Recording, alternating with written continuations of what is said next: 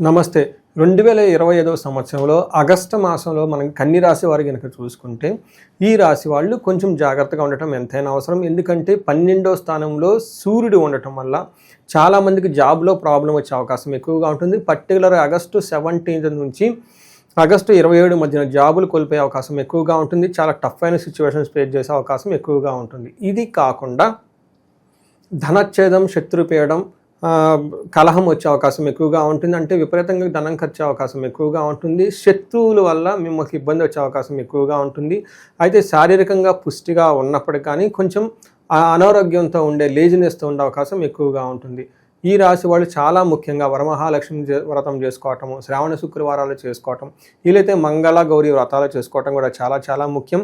దీనితో పాటు 27వ తారీఖున ఖచ్చితంగా వినాయక వ్రతం చేసుకోవటం చాలా ముఖ్యం. ఎందుకంటే మీకు ఈ టైంలో ధన ప్రవాహం కావాల్సి ఉంటుంది. ఏ పని చేసినా సక్సెస్ఫుల్గా మీరు కంప్లీట్ చేసే విధంగా శక్తి కావాల్సి ఉంటుంది. మీ ఇంట్యూషన్ చాలా స్ట్రాంగ్గా, బుద్ధి చాలా ఇంటెలెక్ట్ చాలా షార్ప్గా ఉండే అవసరం ఎంతైనా ఉంటుంది. అందుకని మీరు వినాయక చవితిని కూడా ఖచ్చితంగా జరుపుకోవాలని నేను కోరుకుంటున్నాను. మీరు మీ కుటుంబ సభ్యులంతా ఎంతో ఉత్సాహంగా, ఉల్లాసభరితంగా, శోభాయమానంగా గడపాలని చెప్పేసి నేను కోరుకుంటున్నాను. నమస్తే.